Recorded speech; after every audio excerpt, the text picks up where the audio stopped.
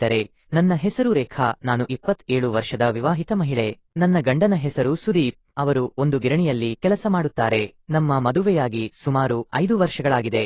ನನಗೆ ಇನ್ನೂ ಮಕ್ಕಳಾಗಿಲ್ಲ. ಆದರೂ ನನ್ನ ಸಂಸಾರ ತುಂಬಾ ಸಂತೋಷವಾಗಿದೆ. ನನ್ನ ಗಂಡ ನನಗೆ ತುಂಬಾ ಪ್ರೀತಿ ತೋರಿಸುತ್ತಾರೆ. ನಾನು, ನನ್ನ ಗಂಡ, ನನ್ನ ಅತ್ತೆ ಮತ್ತು ಮಾವ ಎಲ್ಲರೂ ಒಟ್ಟಿಗೆ ಸಂತೋಷದಿಂದ ಜೀವನ ಸಾಗಿಸುತ್ತಿದ್ದೆವು. ಆದರೆ ಇದ್ದಕ್ಕಿದ್ದಂತೆ ನನ್ನ ಅತ್ತೆ ಅನಾರೋಗ್ಯಕ್ಕೆ ತುತ್ತಾದರು ಮತ್ತು ಕೆಲವೇ ದಿನಗಳಲ್ಲಿ ತೀರಿಕೊಂಡರು. ಇದರಿಂದ ನಮ್ಮ ಮನೆ ಮೇಲೆ ದೊಡ್ಡ ಆಘಾತವಾಯಿತು. ನನ್ನ ಅತ್ತೆ ತುಂಬಾ ಒಳ್ಳೆಯವರು ಮತ್ತು ಎಲ್ಲರನ್ನೂ ನೋಡಿಕೊಳ್ಳುತ್ತಿದ್ದರು. ಅವರು ನನ್ನ ಮಾವನಿಗೆ ಎಲ್ಲಾ ರೀತಿಯಿಂದಲೂ ಸಹಾಯ ಮಾಡುತ್ತಿದ್ದರು. ಅವರಿಗೆ ಎಲ್ಲರೂ ಬೇಕು, ಎಲ್ಲರೂ ಬೇಡ, ಎಲ್ಲವನ್ನೂ ನೋಡಿಕೊಳ್ಳುತ್ತಿದ್ದರು. ಅವರ ಆಕಸ್ಮಿಕ ನಿಧನದಿಂದ ನಮ್ಮ ಮನೆಯಲ್ಲಿ ದುಃಖ ತುಂಬಿತು. ನಾವೆಲ್ಲರೂ ತುಂಬಾ ನಿರಾಶೆಗೊಂಡೆವು. ಆದರೆ ಅದಕ್ಕಿಂತ ಹೆಚ್ಚು ದುಃಖ ನನ್ನ ಮಾವನಿಗೆ ಆಯಿತು. ಏಕೆಂದರೆ ಅವರು ನನ್ನ ಮಾವನ ಜೀವನ ಸಂಗಾತಿ. ನಾನು ನನ್ನ ಮಾವನನ್ನು ನೋಡಿದಾಗಲೆಲ್ಲ ಅವರು ಎಲ್ಲೋ ಒಬ್ಬಂಟಿಯಾಗಿ ಕುಳಿತುಕೊಂಡು ಅಳುತ್ತಿದ್ದರು. ಅವರಿಗೆ ಸದಾ ನನ್ನ ಅತ್ತೆಯ ನೆನಪು ಬರುತ್ತಿತ್ತು. ಅವರನ್ನು ಆ ಸ್ಥಿತಿಯಲ್ಲಿ ನೋಡಿ ನನಗೂ ತುಂಬಾ ಬೇಸರವಾಗುತ್ತಿತ್ತು. ನಾನು ಮತ್ತು ನನ್ನ ಗಂಡ ಅವರಿಗೆ ಸಮಾಧಾನ ಹೇಳಲು ತುಂಬಾ ಪ್ರಯತ್ನಿಸಿದೆವು. ಮನೆಯ ಯಜಮಾನರು ನೀವೇ ಆಗಿದ್ದೀರಿ. ನೀವೇ ಹೀಗೆ ಕುಗ್ಗಿ ಹೋದರೆ ನಾವು ಯಾರನ್ನು ನೋಡಬೇಕು ಎಂದು ಹೇಳಿದೆವು. ಅದಾದ ಮೇಲೆ ಕೆಲವು ದಿನಗಳ ಅವರನ್ನು ಸ್ವಲ್ಪ ಬದಲಾವಣೆ ಕಾಣಿಸಿತು. ಆದರೆ ಮತ್ತೆ ಅವರು ಅದೇ ರೀತಿ ವರ್ತಿಸಲು ಪ್ರಾರಂಭಿಸಿದರು. ಈ ಘಟನೆ ನಡೆದು ಸುಮಾರು 9 ತಿಂಗಳಾಯಿತು. ಆದರೆ ಮಾವ ಇನ್ನೂ ಆ ದುಃಖವನ್ನು ಮರೆಯಲು ಸಾಧ್ಯವಾಗುತ್ತಿಲ್ಲ. ಅವರಿಗೆ ಆ ನೋವು ಸಹಿಸಲು ಸಾಧ್ಯವಾಗುತ್ತಿಲ್ಲ. ನಾವು ಅವರನ್ನು ವೈದ್ಯರ ಬಳಿಗೆ ಕರೆದುಕೊಂಡು ಹೋದೆವು. ವೈದ್ಯರು ಈ ಮನೆಯಲ್ಲಿ ನೆನಪುಗಳು ಕಾಡುತ್ತಿರುವುದರಿಂದ ಅವರನ್ನು ಕೆಲವು ದಿನಗಳ ಮಟ್ಟಿಗೆ ಇಲ್ಲಿಂದ ದೂರ ಕಳಿಸಿ. ಆಗ ಅವರಿಗೆ ಸ್ವಲ್ಪ ಬದಲಾವಣೆ ಆಗಬಹುದು ಎಂದು ಹೇಳಿದರು. ಆದ್ದರಿಂದ ನಾವು ಅವರನ್ನು ಹಾಸನದಲ್ಲಿರುವ ನಮ್ಮ ಸಂಬಂಧಿಕರ ಮನೆಗೆ ಕಳುಹಿಸಿದೆವು. ಅವರು ಅಲ್ಲಿ ಕೆಲವು ದಿನಗಳು ಇದ್ದರು. ಆದರೆ ಅಲ್ಲಿ ಅವರಿಗೆ ನೆಮ್ಮದಿ ಸಿಗಲಿಲ್ಲ. ಕೊನೆಗೆ ಅವರು ವಾಪಸ್ ಬರಲು ನಿರ್ಧರಿಸಿದರು. ವಾಪಸ್ ಬಂದ ಮೇಲೆ ಕೆಲವು ದಿನ ಚೆನ್ನಾಗಿ ವರ್ತಿಸಿದರು.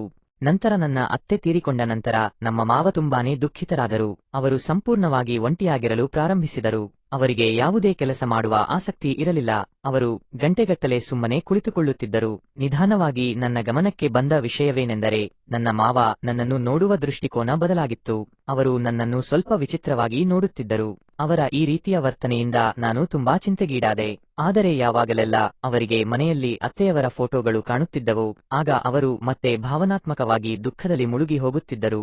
ಕ್ರಮೇಣ ಅವರ ನಡವಳಿಕೆಯಲ್ಲಿ ಒಂದು ವಿಚಿತ್ರ ಬದಲಾವಣೆ ಕಾಣತೊಡಗಿತ್ತು. ಅವರು ಆಗಾಗ ನನ್ನ ಕಡೆ ನೋಡುತ್ತಿದ್ದರು. ವಿಶೇಷವಾಗಿ ನನ್ನ ಸೌಂದರ್ಯವನ್ನು ದಿಟ್ಟಿಸಿ ನೋಡುತ್ತಿದ್ದರು ಎಂಬುವುದು ನೋಡಿದೆ. ಕೆಲವೊಮ್ಮೆ ಅವರು ಉದ್ದೇಶಪೂರ್ವಕವಾಗಿ ನನ್ನನ್ನು ಮುಟ್ಟಲು ಪ್ರಯತ್ನಿಸುತ್ತಿದ್ದರು.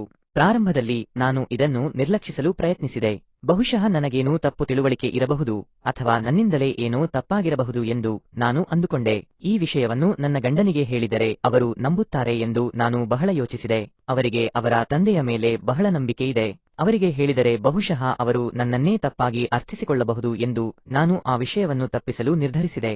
ಆದರೆ ಒಂದು ದಿನ ಅವರು ಮಿತಿಮೀರಿದ್ದರು. ಆ ದಿನ ನಾನು ಸ್ನಾನಕ್ಕೆ ಹೋಗಲು ತಯಾರಿ ನಡೆಸುತ್ತಿದ್ದೆ.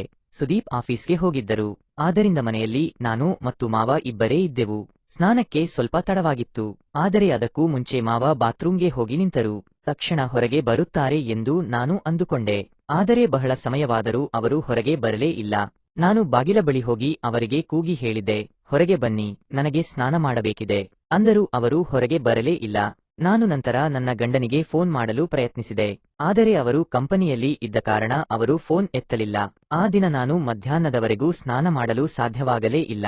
ಮಾವ ಮಾತ್ರ ಮಧ್ಯಾಹ್ನದವರೆಗೂ ಬಾತ್ರೂಂನಲ್ಲಿ ನಿಂತಿದ್ದರು. ಅವರು ಏಕೆ ಹೀಗೆ ವರ್ತಿಸುತ್ತಿದ್ದಾರೆ ನನಗೆ ಅರ್ಥವಾಗುತ್ತಿರಲಿಲ್ಲ.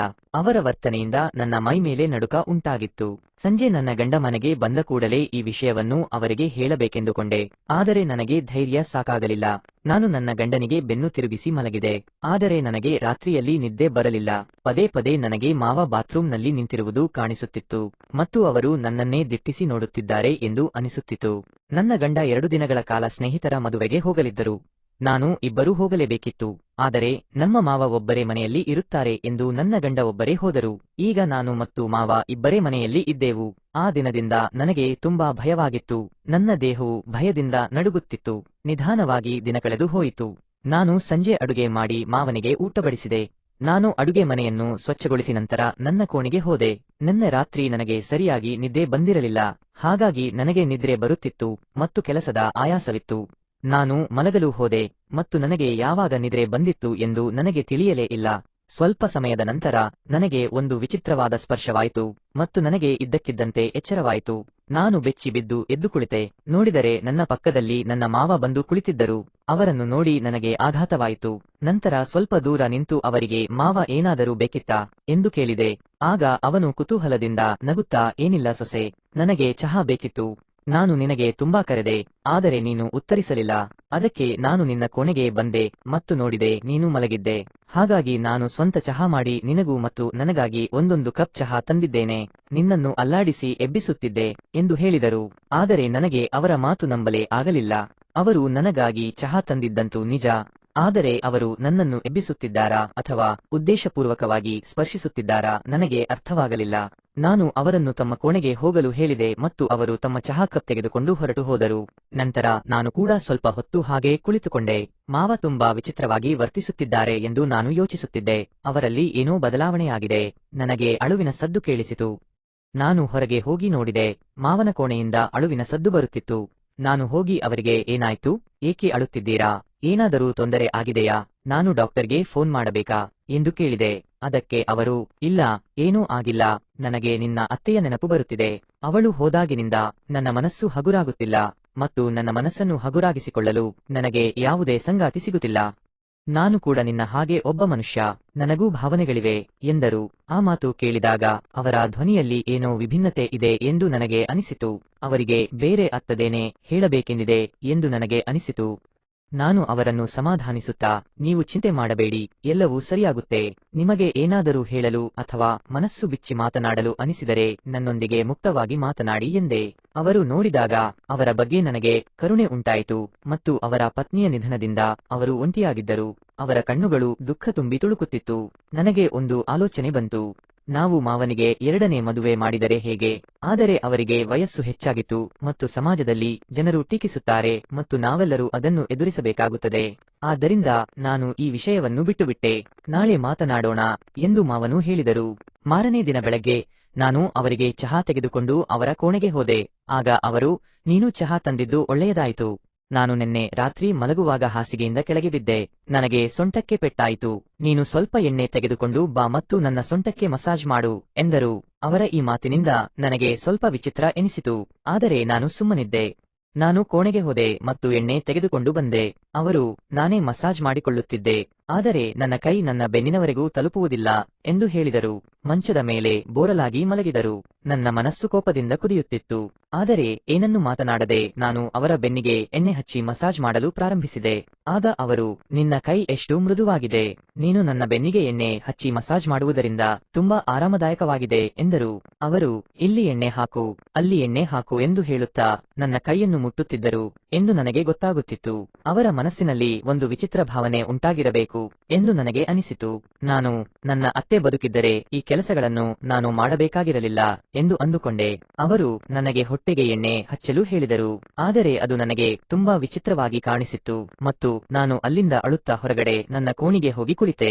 ಮಾವ ನಿಧಾನವಾಗಿ ಎದ್ದು ನನ್ನ ಕೋಣೆಗೆ ಬಂದು, ಏನಾಯ್ತು ಸೊಸೆ, ಏಕೆ ಅಳುತ್ತಿದ್ದೀಯಾ, ನಿನಗೆ ನಿನ್ನ ಗಂಡನ ನೆನಪಾಗುತ್ತಿದೆಯಾ, ನಿನಗೆ ತುಂಬಾ ಕೆಟ್ಟದನಿಸಿದರೆ ನನಗೆ ಹೇಳು, ನಿನ್ನ ಮನಸ್ಸಿನಲ್ಲಿ ಏನಿದೆ, ಏನಾದರೂ ತಪ್ಪಾಗಿದ್ದರೆ ಅದನ್ನು ಸರಿಪಡಿಸಲು ನಾನು ಪ್ರಯತ್ನಿಸುತ್ತೇನೆ. ನಾನು ನಿನ್ನನ್ನು ನನ್ನ ಮಗಳಂತೆ ನೋಡಿಕೊಳ್ಳುತ್ತೇನೆ ಮತ್ತು ಮಗಳಂತೆ ಪ್ರೀತಿಸುತ್ತೇನೆ. ನನ್ನ ಹೆಂಡತಿ ನನ್ನನ್ನು ಅಗಲಿದರಿಂದ ನನ್ನ ಮೇಲೆ ಪರಿಣಾಮ ಬೀರಿದೆ, ಆದರೆ ನೀನು ನನ್ನ ಮಗಳಂತೆ ಇರುವುದರಿಂದ ನಾನು ನಿನ್ನೊಂದಿಗೆ ಹಾಗೆ ವರ್ತಿಸುವುದಿಲ್ಲ. ನಾನು ನಿಜವಾಗಿಯೂ ರಾತ್ರಿ ಮಂಚದಿಂದ ಬಿದ್ದಿದ್ದೆ, ನನ್ನ ಸೊಂಟಕ್ಕೆ ಪೆಟ್ಟಾಗಿತ್ತು, ಆದರೆ ಅದು ನಿನಗೆ ತಪ್ಪಾಗಿ ಅರ್ಥವಾಯಿತು ಎಂದು ನನಗೆ ಅನಿಸುತ್ತಿದೆ. ನಿನ್ನ ಜೀವನದಲ್ಲಿ ದುಃಖ ಬರಬಾರದು ಎಂದು ನಾನು ಬಯಸುತ್ತೇನೆ. ನೀನು ನನ್ನ ಪ್ರೀತಿಯ ಸೊಸೆ, ನನಗೆ ಏನೂ ಬೇಕು ಏನೂ ಬೇಡ, ಎಲ್ಲವನ್ನೂ ನೋಡಿಕೊಳ್ಳುತ್ತೀಯಾ ಎಂದರು. ಆಗ ನಾನು ಮಾವ ಎಂದು ಹೇಳುತ್ತಾ ಅವರ ಕಾಲಿಗೆ ಬಿದ್ದೆ. ಅವರಲ್ಲಿ ನಾನು ಕ್ಷಮೆ ಕೇಳಲು ಆರಂಭಿಸಿದೆ.